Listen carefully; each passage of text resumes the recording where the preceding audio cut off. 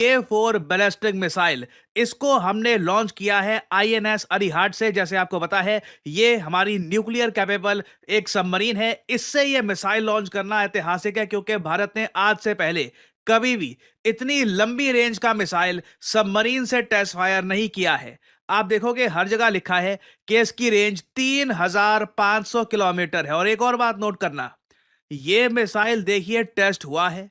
सब लोगों ने नोटिस किया कि पहले एनओटीएम जारी किया गया और उसके बाद जेन्युइनली एक लॉन्ग रेंज मिसाइल टेस्ट हुआ है, मगर भारत सरकार चुप है, रक्षा मंत्रालय चुप है, डीआरडीओ चुप है।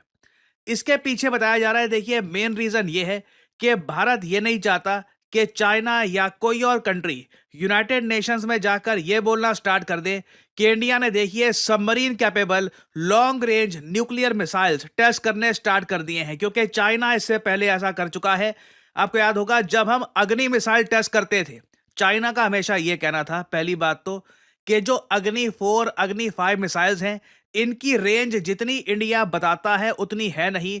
इनकी रेंज कई गुना ज्यादा है। इंडिया आराम से यूरोप या फिर इवन बियॉन्ड आराम से टारगेट्स को हिट कर सकता है। और ये अपने आप में यूनाइटेड नेशंस की जो लिमिट्स है मिसाइल्स, लॉन्ग रेंज मिसाइल्स की जो लिमिट है रेंज की, इससे टूटती है। सो इंडिया इसलिए अपने मिसाइल्स की जो रेंज है, जो एक्चुअल रेंज है, ये कम बताता है। और इस पर्टिकुलर केस में भी जो ये K4 मिसाइल है ना, इसकी जो एक्चुअल रेंज है, जो रेंज जैसे हम यूजुअली जिसकी हम बात करते हैं मीडिया में, कुछ डॉक्यूमेंट्स में, ये 3500 किलोमीटर है। मगर जो इसकी एक्चुअल रेंज है, ये कई लोग कहते हैं ये बहुत बहुत ज्यादा है। और इसलिए इंडियन गवर्नमेंट इस वक्त बिल्कुल चुप है। बट इंडिया ने डेफिनेटली ये K4 submarine launched nuclear missile ये टेस्ट किया है।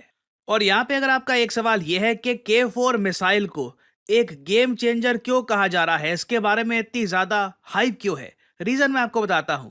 आप इमेजिन करिए, एक सबमरीन है, भारत के पास सबमरीन बे ऑफ बंगाल में थी, अब उसके बाद अंडर वाटर हो गई। अब किसी कंट्री को नहीं पता इंडिया के सिवाय कि ये सबमरीन कहां पे है।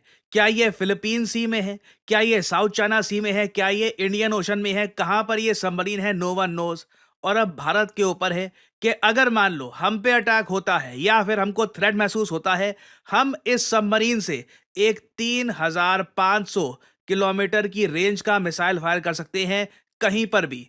और इससे देखिए हमको ये ताकत मिलती है कि दुश्मन को हम सरप्राइज कर ले।